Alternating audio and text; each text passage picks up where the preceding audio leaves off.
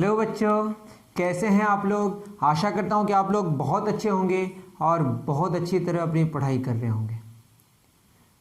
आज हम लोग इस लेक्चर में क्या पढ़ेंगे, मेंसुरेशन। क्या पढ़ेंगे, मेंसुरेशन। मेंसुरेशन जो आईआईटी फाउंडेशन पियर्सन सीरीज़ का है, क्लास 7th का मैथमेटिक्स, उसमें जो मेंसुरेशन चैप्टर है, चैप्टर नंबर 6, ठीक है, उसके very short answer type questions करेंगे विथ थ्योरी। आपको थ्योरी भी समझ आ जाएगी और साथ साथ में क्वेश्चंस भी आपके हो जाएंगे। तो चलिए बिना वक्त बर्बाद करे शुरू करते हैं, ठीक है। अगर आपको थ्योरी में ज़रा सा भी समझ ना आए तो आप कमेंट सेक्शन में लिखें, या आपको जो भी चाहिए वो कमेंट सेक्शन में लिख सकते हैं। मैं वहाँ पे आपको रिप्लाई दे दूँगा, या जो भी आपके लिए कर सकता हूँ वो करूँगा। चलिए शुरू करते हैं। तो अगर आप इस किताब, ये 6th एडिशन है, इस 6th एडिशन में अगर देखें पेज नंबर 6.12, इसमें फर्स्ट नंबर जो है ये ट्रू और फॉल्स वाला क्वेश्चन है। कैसा क्वेश्चन है, ट्रू और फॉल्स वाला। 1 हेक्टेयर इज इक्वल टू दिया हुआ है 1000 मीटर स्क्वायर। हेक्टेयर क्या है, hectare is a unit of area. क्या है बताइए, hectare is a unit of area. अगर आप एरिया के बारे में ज़रा सा भी जानते हैं तो एरिया क्या होता है, किसी क्लोज्ड ये होता है, बताइए क्या होता है। कोई मान लेते हैं ये हमारा स्क्वायर है, तो स्क्वायर का जो बाउंड्री का जो लेंथ है इट इज़ कॉल्ड पेरीमीटर। अंदर जो जगह है दिस इज कॉल्ड एरिया। तो एरिया का जो फॉर्मूला उसको प्रूव करा गया है वो क्या आता है, लेंथ इंटू ब्रेथ। यहाँ पे क्या है बताइए, ये भी लेंथ भी ए है और ब्रेथ भी ए है, तो क्या हो जाएगा ए इंटू ए, ठीक है। मतलब स्क्वायर एक रेक्टेंगल है जिसका लेंथ और ब्रेथ का जो वैल्यू होता है वो सेम होता है, ठीक है। दोनों का मेजरमेंट क्या होता है, सेम होता है। तो 1 हेक्टेयर क्या है, hectare unit of area. 1 hectare होता कितना है, 100 मीटर अगर हम साइड लें और एक स्क्वायर बनाएं, उस स्क्वायर के अंदर जो जगह होती है उसी को हम लोग क्या कहते हैं, हेक्टेयर। मतलब हेक्टेयर में हम लोग क्या लेते हैं बताइए, 100 मीटर लेंथ और 100 मीटर ब्रेथ, मतलब क्या बन गया, स्क्वायर बन गया। ये 90 डिग्री है, तो इसके अंदर जितनी जगह होगी इसी को हम लोग क्या बोलेंगे, हेक्टेयर। और 1 हेक्टेयर बराबर क्या होगा बताइए, फॉर्मूला लेंथ इंटू ब्रेथ होता है। लेंथ कितना है 100 मीटर, ब्रेथ कितना है बताइए 100 मीटर, तो क्या हो जाएगा 100 कितना 10,000 मीटर स्क्वायर। लेकिन यहाँ पे कितना लिखा है 1000 मीटर स्क्वायर। तो क्या होता है हेक्टेयर, हेक्टेयर एरिया होता है स्क्वायर का। 1 हेक्टेयर एरिया होता है स्क्वायर का, जिस स्क्वायर के एक साइड का लेंथ, मतलब साइड का लेंथ कितना हो 100 मीटर। तो 100 metre length, 100 metre breadth, length into breadth कितना है 10,000 मीटर स्क्वायर, बट कितना लिखा है 1000 मीटर स्क्वायर। तो ये क्या हो गया बताइए, फॉल्स। उतार लें।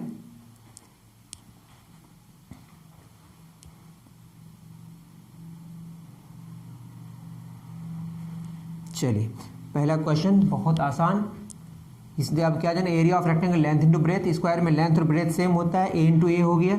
मतलब उसके अंदर जो जगह है उसको हम क्या बोलते हैं, एरिया बोलते हैं। और 1 हेक्टेयर क्या होता है, 100 मीटर साइड का आप क्या लें, स्क्वायर लें, उसमें जितनी जगह होगी अंदर वही एरिया को हम क्या बोलेंगे, 1 हेक्टेयर, जो कितना होता है 10,000 मीटर स्क्वायर। लेकिन इसमें क्या दिया 1000 मीटर स्क्वायर, जो कि फॉल्स है। सेकेंड नंबर टेस्ट करते हैं क्या है। सेकेंड बोला है if the area of square is,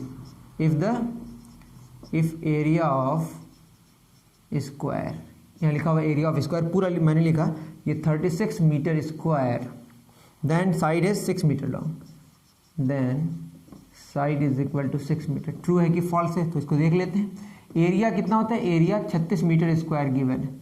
तो एरिया का फॉर्मूला क्या हमने भी जाना है, side into side, side into side. और 36 मीटर स्क्वायर को क्या लिख सकते हैं बताइए, 6 मीटर इंटू 6 मीटर। यहाँ से अगर हम लोग इक्वेट करें तो साइड कितना हो जाएगा बताइए 6 मीटर, ये साइड भी 6 मीटर, दैट इज साइड का लेंथ कितना हो गया 6 मीटर। एक तो ये तरीका है। दूसरा तरीका है कि एरिया बराबर क्या होगा 36 मीटर स्क्वायर, और एरिया क्या होता है साइड इंटू साइड, या साइड का स्क्वायर, और ये किसका स्क्वायर हो जाएगा 6 मीटर का होल स्क्वायर, 6 का स्क्वायर 36 मीटर स्क्वायर हो जाएगा। दैट इज साइड कितना हो जाएगा, पावर सेम 2 टू सेम, तो साइड कितना हो जाएगा 6 मीटर। इस तरीके से भी बना सकते। तो ये क्या है, ट्रू है। तो ये क्या है बताइए, ट्रू है। बिल्कुल सिंपल क्वेश्चन है, उतार लें।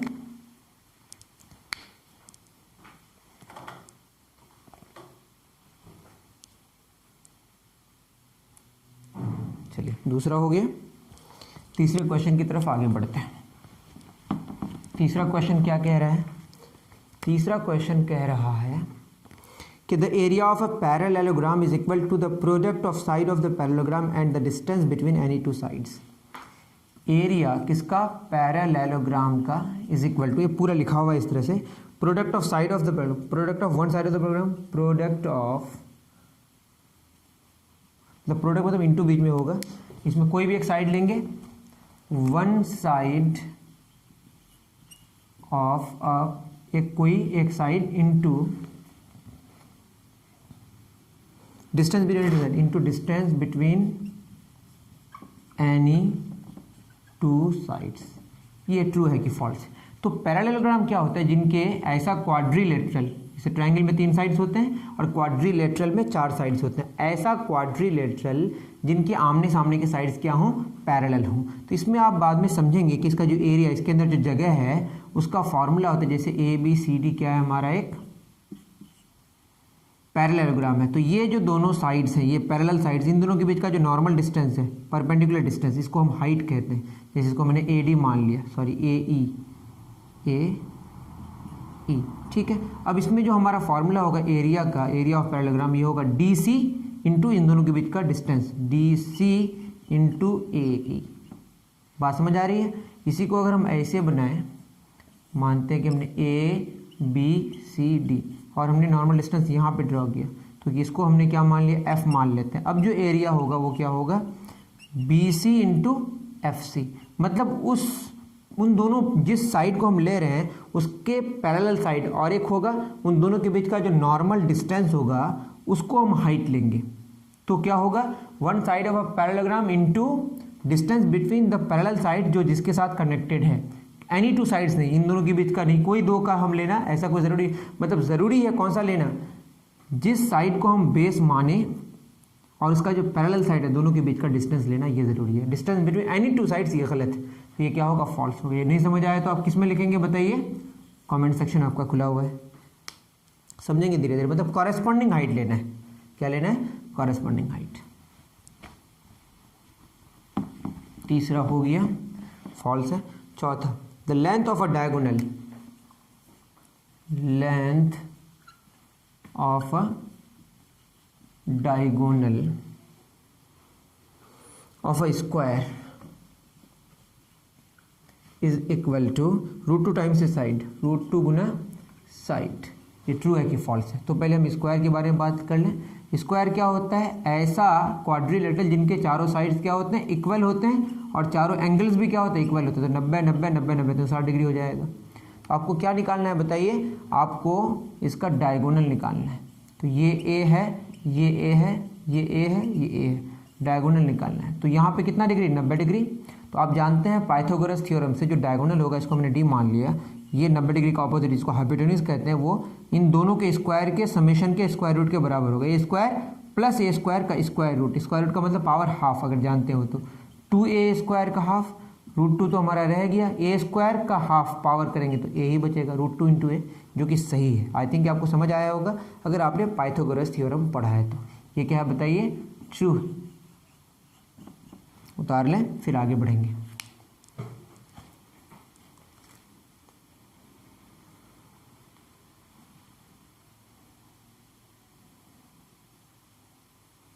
चलिए क्वेश्चन नंबर 5। तो डायगोनल का फॉर्मूला भी हमने जान लिया, √2 इंटू साइड। किसका इस्तेमाल किया हमने, पाइथागोरस थ्योरम का। क्वेश्चन नंबर, इसमें भी ट्रू और फॉल्स का क्वेश्चन है। The area of rhombus, area of rhombus, ये कितना गिवन है बताइए, 60 centimetre square. Then it's diagonal sir, पहली बात डायगोनल गिवन होगा तब एरिया निकलेगा, ऐसा लिखा है, लिखना ही गलत है। डायगोनल सार कितना दिया हुआ है, 10 सेंटीमीटर एंड 6 सेंटीमीटर लॉन्ग। अब ये ट्रू है कि फॉल्स है।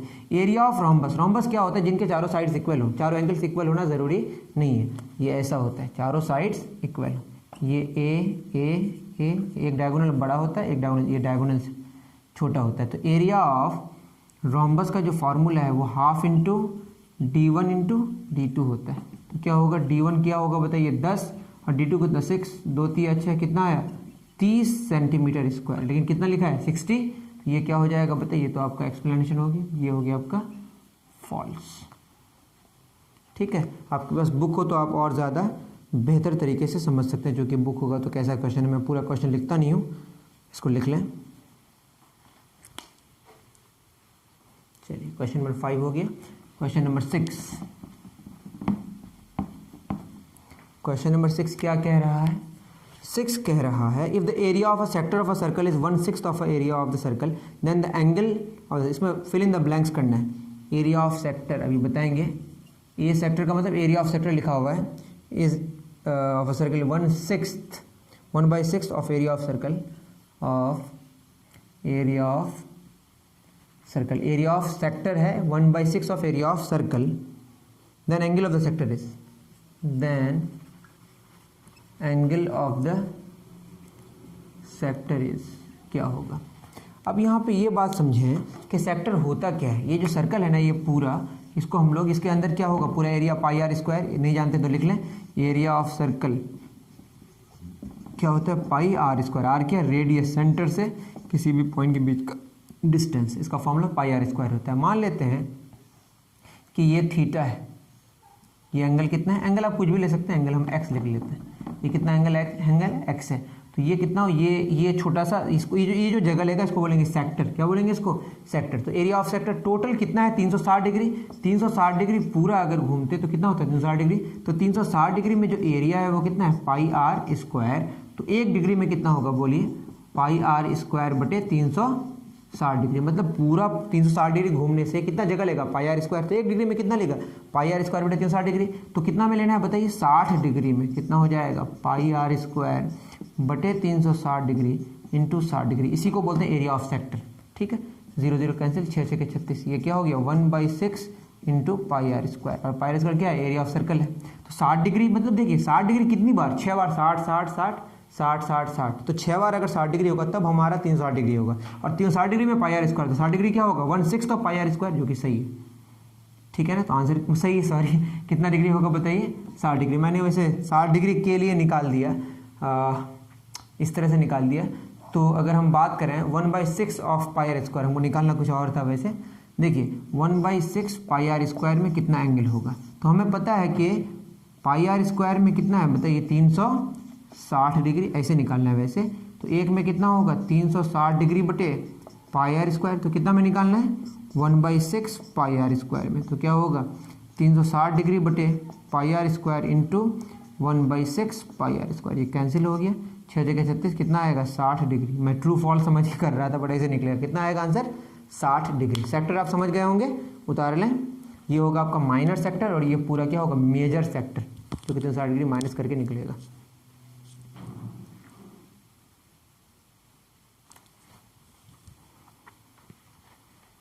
चलिए क्वेश्चन नंबर हमारा 6 हो गया। क्वेश्चन नंबर 7 पे गौर करते हैं। क्वेश्चन नंबर 7 क्या कह रहा है? क्वेश्चन नंबर 7 कह रहा है if the perimeter of a square is 16 centimetre. Perimeter किसका? स्क्वायर का। कितना दिया हुआ है? 16 centimetre. Then area of square क्या होगा? सेंटीमीटर स्क्वायर में। ठीक है, तो देखिए पेरीमीटर गिवन है, आपको सॉल्व करना है। पेरीमीटर का मतलब क्या है? देखिए स्क्वायर की अगर बात करें, चारों साइड भी इक्वल होता है, चारों एंगल भी इक्वल होता है। तो चारों a + a + a + a, perimeter होगा 4a, दैट इज ये होगा 4a बराबर 16 सेंटीमीटर। तो a बराबर क्या हो जाएगा? 4 चौक 16 या 16 बटे 4 कितना आएगा? 4 सेंटीमीटर। देखिए 4 को कितना से मल्टीप्लाई? 4 से, 4 चौक 16, ऐसे भी समझ आ रहा है। एरिया निकालना है, तो एरिया क्या होता है बताइए? साइड इंटू साइड या a स्क्वायर। तो ये क्या हो जाएगा? 4 गुना 16 बटे 4, 4 चौक 16, सही है ना? 4 गुना 4, ये कितना आ जाएगा? 16 सेंटीमीटर स्क्वायर। ठीक है, तो ये 4a सही है बिल्कुल। इसका आंसर मैच कर लेते हैं। 16 एरिया भी है और 16 क्वेश्चन नंबर 7।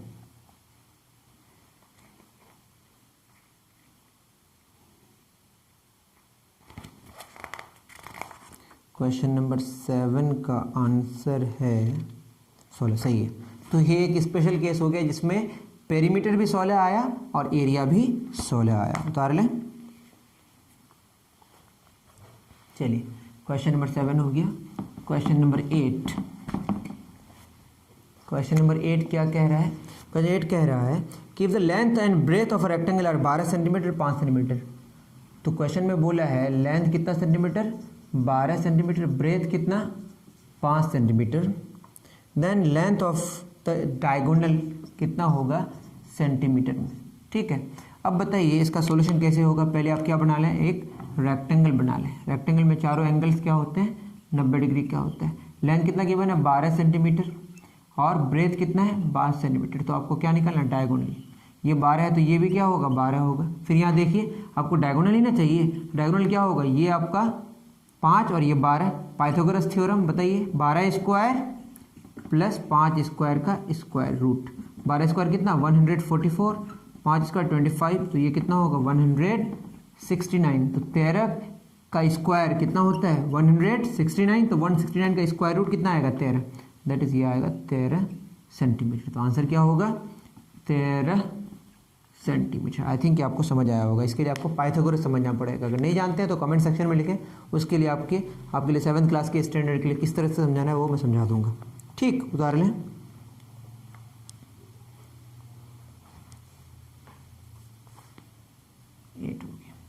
Question number 9।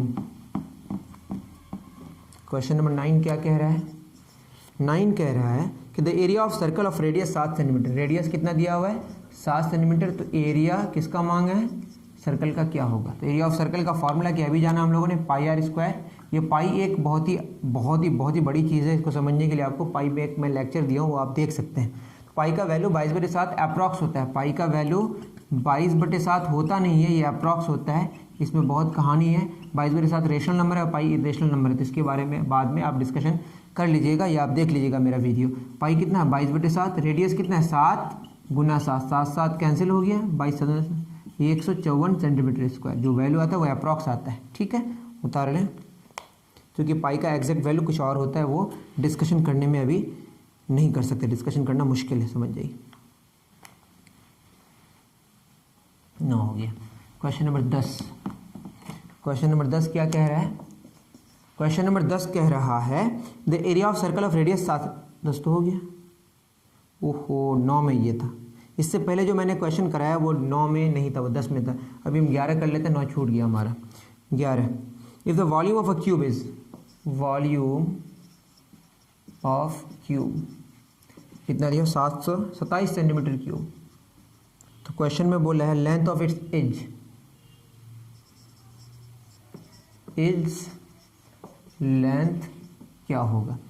देखिए वॉल्यूम क्यूब क्या होता है ना, जैसे हम यहाँ पे क्या लें, हमने एक स्क्वायर लिया और एक ऊपर स्क्वायर लिया, उसको हमने मिला दिया तो वो क्यूब बनेगा। क्या बनेगा क्यूब। आप देखे होंगे वो जो लूडो खेलते हैं उसका जो गोटी है वो क्यूब है। ठीक है, अब क्यूब में क्या होता है कि 3D बनता है। क्या बनता है, जैसे यहाँ पे हमने इस तरह बना सकते हैं, एक्चुअली ऊपर है ये जो पूरा बना दिया, क्या क्यूब बने। इसमें लेंथ होगा, ब्रेथ होगा, हाइट होगा। लेंथ ब्रेथ हाइट तीनों क्या सेम हो जाए और ये जो इजेस के बीच का जो एंगल है वो अगर 90 डिग्री हो जाए तो वो क्यूब बन जाएगा। तो आपको याद रखना है कि क्यूब मतलब एक 3D बन गया। उसके अंदर हम जैसे पानी स्टोर कर सकते हैं, जैसे आप पानी का टंकी देखिए ना, तो वो एक सिलेंडर है, वो 3D शेप है। कैसा शेप है 3D। इसका फॉर्मूला होता है वॉल्यूम का length into breath into height. क्योंकि क्यूब की बात कर रहे हैं तो जितना लेंथ होगा उतना ही ब्रेथ उतना height, that is a into ए।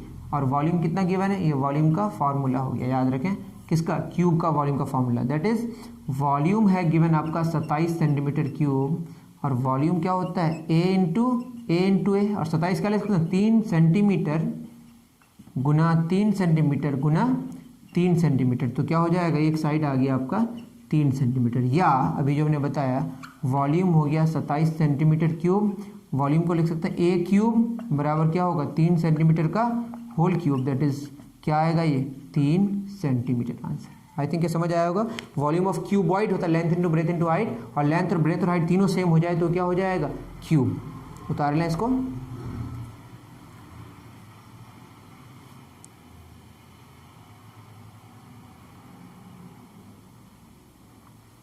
चलिए क्वेश्चन नंबर 9 छूट गया है।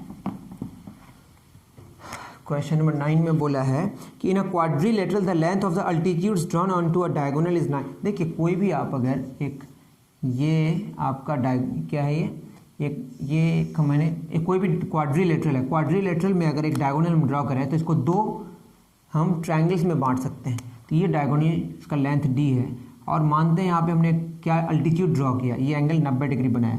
तो आप याद रखें ये जो ट्रायंगल का फॉर्मूला होता है उसका एरिया का half into base into height, half into base into corresponding height. तो ये डी है इसका बेस जो डायगोनल है इस क्वाड्रिलेटरल का, और हाइट को हमने क्या मान लिया h1। तो इधर से अगर देखें एक ट्रायंगल और है, इधर से हाइट क्या होगा ये वाला यहाँ 90 डिग्री बन रहा है, तो इसको हमने क्या मान लिया h2। तो दोनों ट्रायंगल्स का जो एरियाज का समेशन होगा वो पूरे क्वाड्रिलेटरल का एरिया हो जाएगा, half into D into h1, इधर होगा half into D into h2। ठीक है, क्वेश्चन में बोला है कि डायगोनल ये कितना दिया हुआ है, ये 9 सेंटीमीटर दिया हुआ है, और ये कितना गिवन है, मैं फिगर एकदम रफ बना रहा हूँ, ये एग्जैक्ट नहीं है, 12 सेंटीमीटर है। और एरिया जो टोटल गिवन है वो कितना गिवन है, 420 सेंटीमीटर स्क्वायर। और एरिया का क्या फॉर्मूला होगा, half into base into height, तो half into D into 9, half into D into 9 plus half into D into 12, total हो जाएगा आपका पूरे क्वाड्रिलेटरल का एरिया बराबर 420। तो d/2 क्या हो जाएगा हमारा कॉमन, 9 प्लस 12 बराबर क्या होगा 420। टफ होने से आप बता सकते हैं कमेंट सेक्शन में।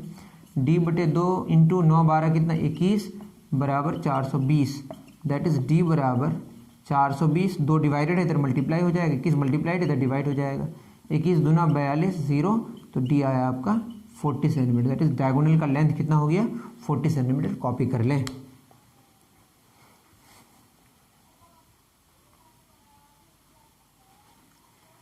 चलिए 1 2 3, अगर आप नहीं करें तो आप पॉज करके उतार सकते हैं।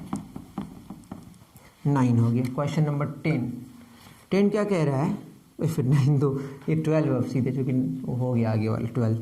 इसमें आपको 4 ऑप्शन है, उसमें एक टिक करना है। If the radius of circle is 7 centimetre, radius कितना गिवन है बताइए 7 सेंटीमीटर। तो सरकमफ्रेंस मांगा है, सरकमफ्रेंस क्या होगा, ऑप्शन गिवन है 22 सेंटीमीटर, ऑप्शन बी गिवन है 44 सेंटीमीटर, ऑप्शन सी गिवन है 66 सेंटीमीटर, ऑप्शन डी गिवन है 88 सेंटीमीटर।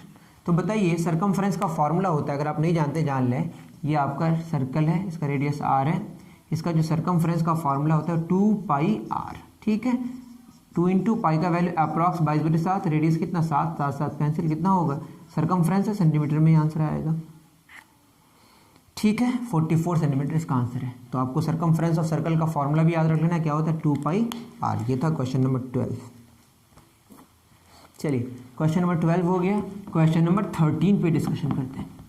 क्वेश्चन नंबर 13 क्या कह रहा है, a cube of edge, cube है ठीक है ना, एज कितना दिया हुआ है 9 centimetre, is cut into x cubes, is cut into x cubes, cube के अंदर से क्यूब बहुत सारा निकाला गया, ऑफ ईच ऑफ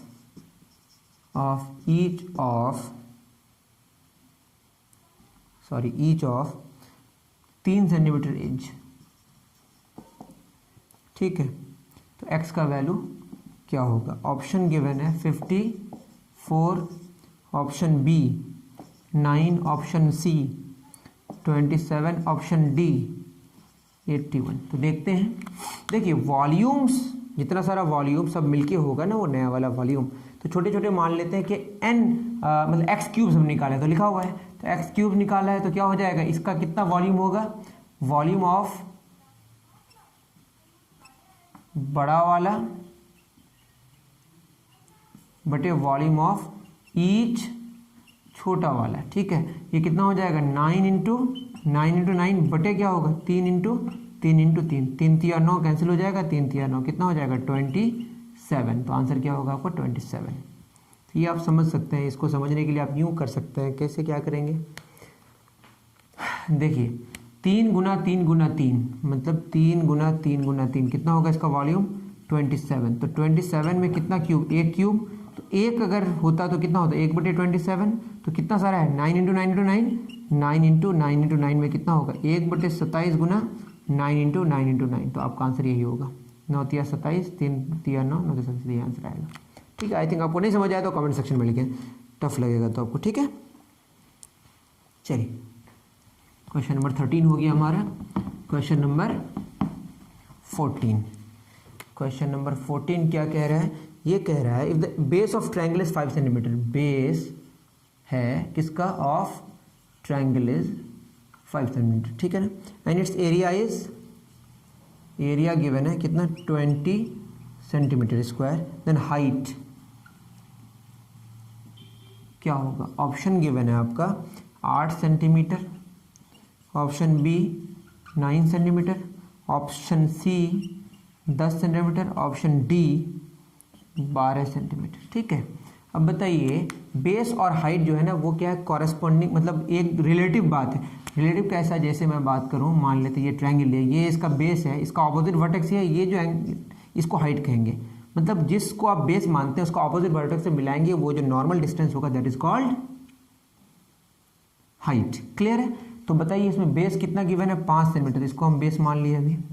ये हाइट क्या होगा ये मांगा है, और एरिया का फॉर्मूला होता है half into base into half. Area कितना 20 सेंटीमीटर स्क्वायर, एरिया क्या है half into base into height, ठीक है। ये कितना है बताइए 20 सेंटीमीटर स्क्वायर, तो क्या हो जाएगा हाफ इंटू बेस है आपका 5 सेंटीमीटर गुना हाइट निकालना है, centimetre square, centimetre into centimetre, 1 centimetre cancel हो जाएगा, 5 चौक क्या हो जाएगा 20, तो हाइट 4, 2 डिवाइड इधर क्या मल्टीप्लाई हो जाएगा, 4 दूना 8, क्या बचा 1 सेंटीमीटर बचा ना।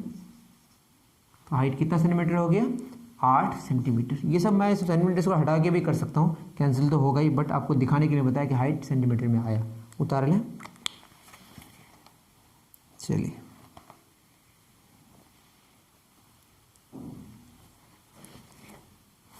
14 हो गया।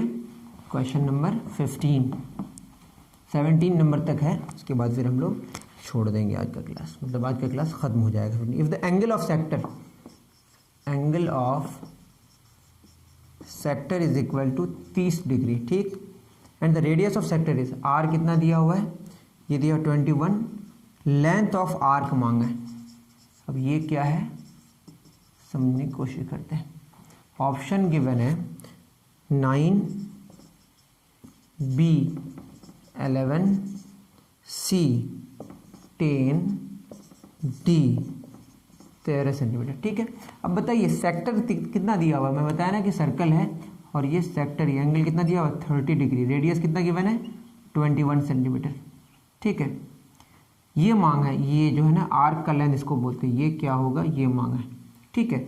अब बताइए मैं ये पहले निकाल लूँ कि सेक्टर 30 डिग्री है, रेडियस 21 सेंटीमीटर है, तो बताइए पूरा अगर चक्कर काटता है तो 360 डिग्री होता, उसमें कितना होता है उसका 2 पाई आर। तो हमको कितना घूमना है 30 डिग्री, 1 डिग्री में कितना होगा बोलिए 2 पाई आर बटे 360 डिग्री। हमको कितना चलना है 30 डिग्री, 30 डिग्री में कितना लेंथ होगा यही ना आएगा 2 पाई आर बटे 360 डिग्री इंटू 30 डिग्री, जो क्या देगा लेंथ ऑफ आर्क देगा। तो 0 0 कैंसिल, ठीक है ना। उसके बाद क्या होगा 3 1 जाते कितना होगा 2 6 के 12, दैट इज 1/6 पाई आर। क्या आंसर होगा, मतलब क्या आएगा 1/6 पाई आर। 1/6 पाई का वैल्यू कितना बताइए 22/7, और रेडियस कितना आपको लेना है 21, 7 या 21, 3 दूना 6, 2 11 22, तो आंसर क्या होगा 11 सेंटीमीटर। तो ये आंसर हो गया, समझ आया होगा।